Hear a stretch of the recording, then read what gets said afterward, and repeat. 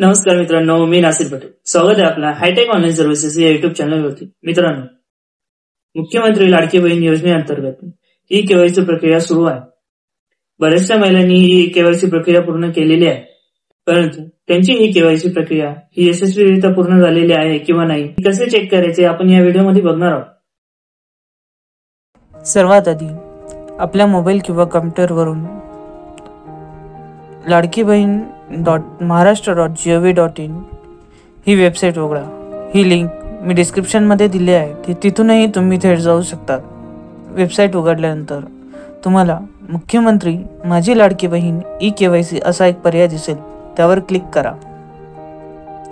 आता इथे तुम्हाला लाभार्थी बहिणीचा आधार क्रमांक टाकायचा आहे. यानंतर खाली दिलेला कॅप्चर कोड अचूकपणे टाईप करा आणि मी सहमत आहे या चेकबॉक्सवर क्लिक करा.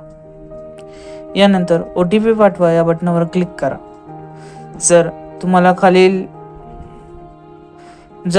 खाली वॉर्निंग मेसेज आला, या आधार क्रमांकाची ई-केवायसी प्रक्रिया पूर्ण झालेली आहे, तर लक्षात ठेवा तुमची ई-केवायसी आधीच पूर्ण झाली आहे.